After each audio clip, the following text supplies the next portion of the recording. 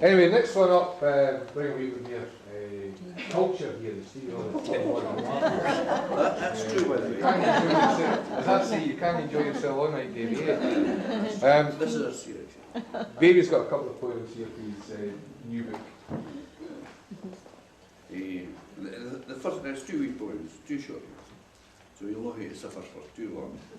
But the first year, Strong Echoes, was written when we were out in China with the 50 plus. I don't know if one of you here went out. I can't see what it was later on.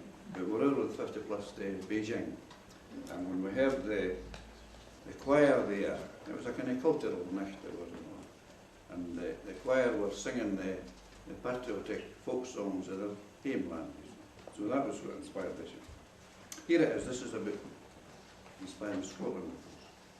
Strong Echoes.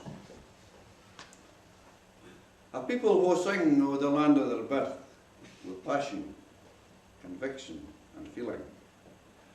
Are people who ken their homeland has a worth, ayont, tawdry, wheeling and dealing. Indeed they can find the sweir soil has a soul that mells with the bone and the tissue, while others, with nae sick ambition or goal, man temper their tone to that issue. So where are the Scots who will boldly agree to sing abuin mair nor a whisper? Strong echoes assert they hae muckle to gie, impelling their country to prosper. In tune, let their voices, for lang syne they ceased to herald the high rafters and ceiling, ring out with their people's potential released with passion, conviction and feeling.